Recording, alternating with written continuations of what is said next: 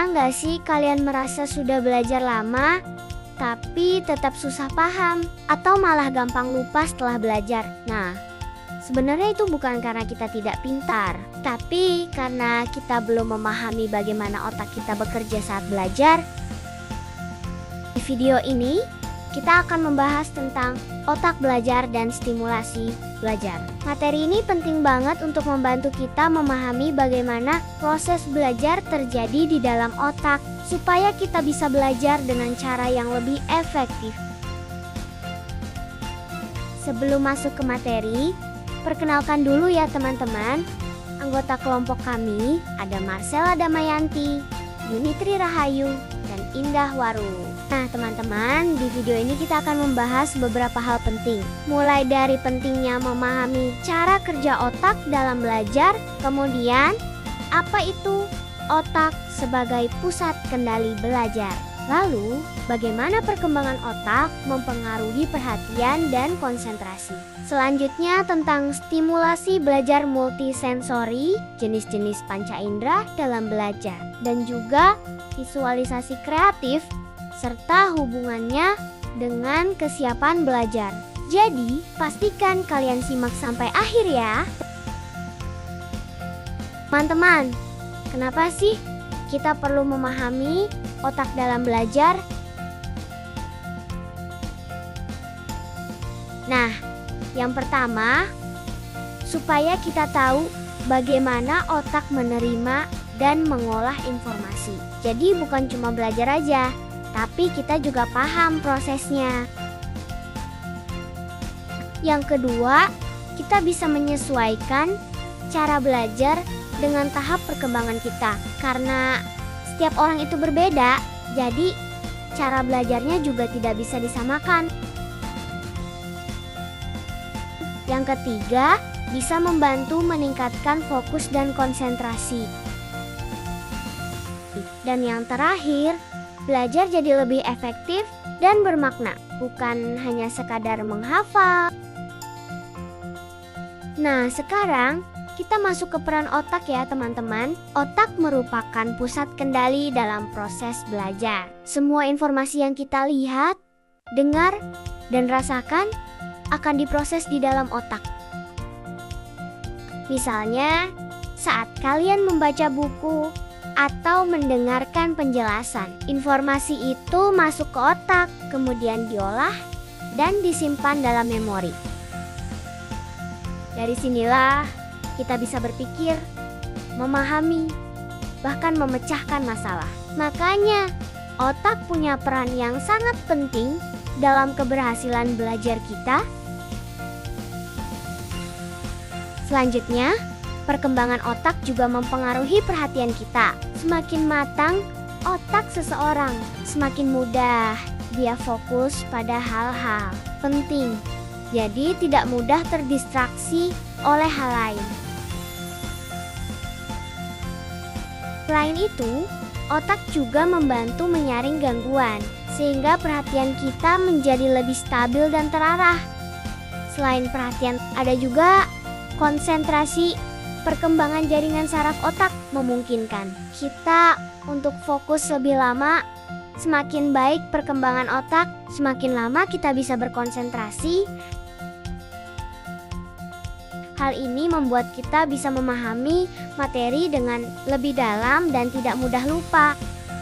Sekarang kita masuk ke stimulasi multisensori ya teman-teman. Multisensori itu artinya belajar dengan melibatkan lebih dari satu indera. Misalnya melihat, mendengar, menyentuh, dan juga melakukan secara langsung. Ketika banyak indera digunakan, otak menerima informasi dari berbagai jalur. Hal ini membuat hubungan antar sel otak menjadi lebih kuat. Akibatnya, materi jadi lebih mudah dipahami, diingat lebih lama, dan tidak cepat dilupakan. Selain itu, belajar juga jadi lebih menarik dan tidak membosankan. Dalam pembelajaran, ada beberapa jenis panca indera yang digunakan. Yang pertama, visual, yaitu belajar dengan melihat, seperti membaca atau melihat gambar. Yang kedua, auditory, yaitu belajar dengan mendengar, seperti mendengarkan penjelasan. Yang ketiga, kinestetik, yaitu belajar dengan bergerak atau praktik langsung.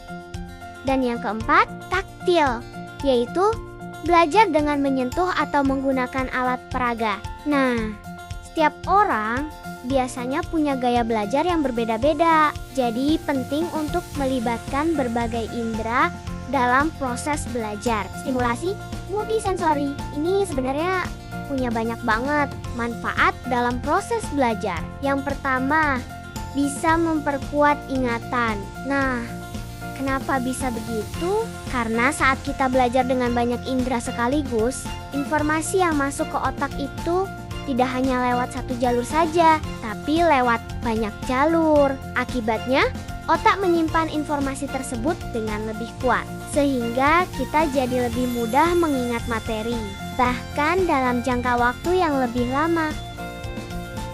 Kedua, meningkatkan pemahaman. Kalau kita hanya membaca saja, kadang kita belum tentu benar-benar paham. Tapi kalau kita melihat, mendengar, dan langsung mencoba, maka kita akan lebih mudah mengerti isi materi tersebut. Jadi bukan cuma hafal, tapi benar-benar memahami.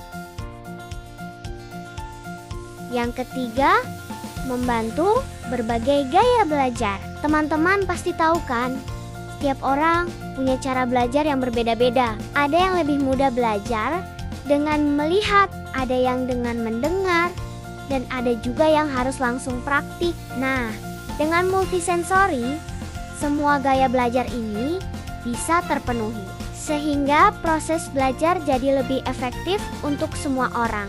Sekarang kita masuk ke visualisasi kreatif ya teman-teman. Nah, sebenarnya apa sih visualisasi kreatif itu? Visualisasi kreatif adalah teknik membayangkan sesuatu secara sadar di dalam pikiran kita dengan gambaran yang jelas dan positif. Misalnya, saat kita belajar, kita membayangkan materi yang sedang dipelajari, seperti membayangkan konsep gambar atau situasi tertentu. Dengan cara ini, otak kita seperti melihat langsung apa yang kita pelajari, meskipun itu hanya di dalam pikiran. Hal ini bisa membantu kita lebih fokus, lebih mudah memahami, dan juga meningkatkan motivasi dalam belajar. Teman-teman, visualisasi kreatif ini juga bisa dilatih dengan beberapa cara. Yang pertama, teknik visualisasi mental atau membayangkan. Di sini, kita mencoba membayangkan sesuatu di dalam pikiran kita secara detail. Misalnya, saat belajar tentang suatu konsep, kita membayangkan bentuknya, warnanya, atau bagaimana prosesnya terjadi. Semakin jelas kita membayangkan, semakin kuat juga ingatan kita terhadap materi tersebut. Yang kedua, teknik visualisasi spasial dan fisik. Nah, teknik ini tidak hanya membayangkan, tapi juga melibatkan posisi atau gerakan tubuh. Contohnya seperti menggunakan tangan untuk menggambarkan konsep, atau membayangkan diri kita berada di dalam situasi tersebut. Hal ini membantu otak menghubungkan antara pikiran dan pengalaman fisik, sehingga pemahaman menjadi lebih kuat dan lebih mudah diingat. Emosi juga berpengaruh loh dalam belajar. Kenapa bisa begitu? Karena kondisi emosi kita sangat mempengaruhi bagaimana otak bekerja saat menerima dan mengolah informasi.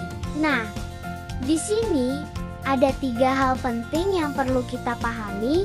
Yang pertama, emosi yang tenang membantu otak bekerja secara optimal. Artinya, ketika kita berada dalam kondisi tenang, tidak cemas, tidak stres, dan tidak tertekan, otak kita bisa lebih mudah menerima dan memproses informasi.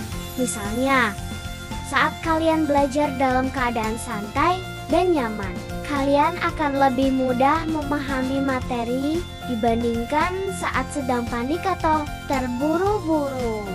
Sebaliknya, Jika kita sedang cemas atau stres, otak justru lebih fokus pada perasaan tersebut, bukan pada materi yang dipelajari. Akibatnya, kita jadi sulit memahami pelajaran dan cepat merasa lelah.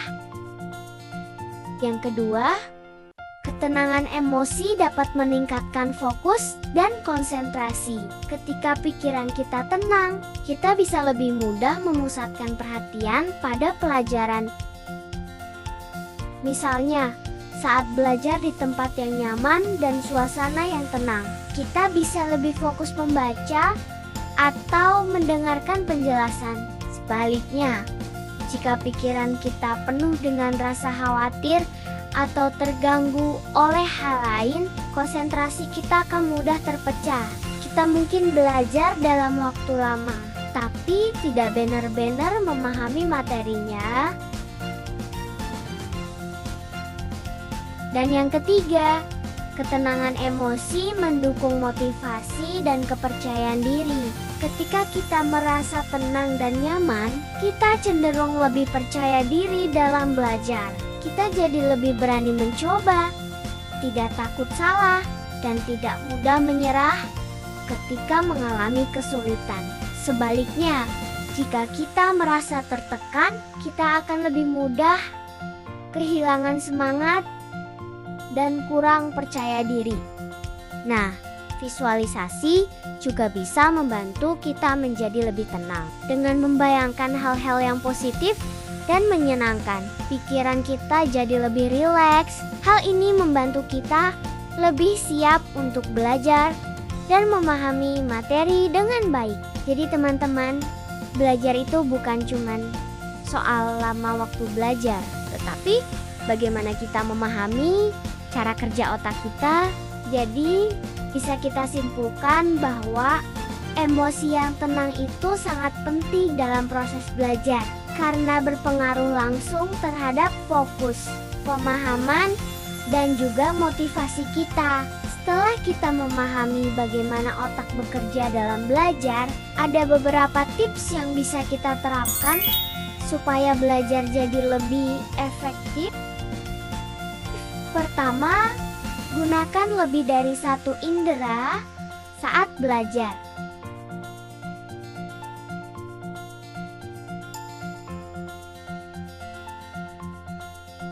Saat belajar jangan hanya membaca, tapi juga coba jelaskan kembali dengan suara atau bahkan praktik langsung supaya lebih mudah dipahami.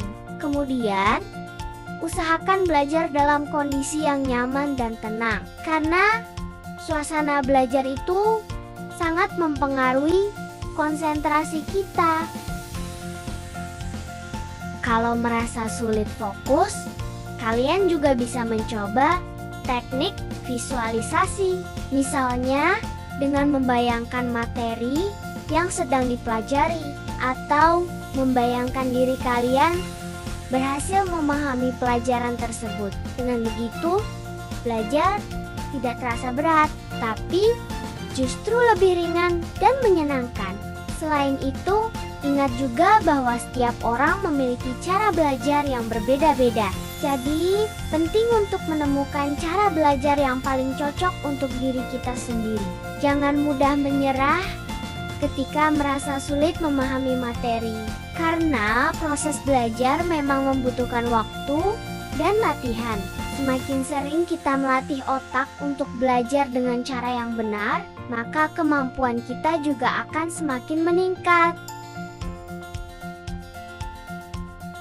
Akhir kata, semoga materi yang kami sampaikan ini bisa membantu teman-teman dalam memahami bagaimana cara belajar yang lebih efektif. Terima kasih sudah menonton, semoga bermanfaat dan selamat belajar.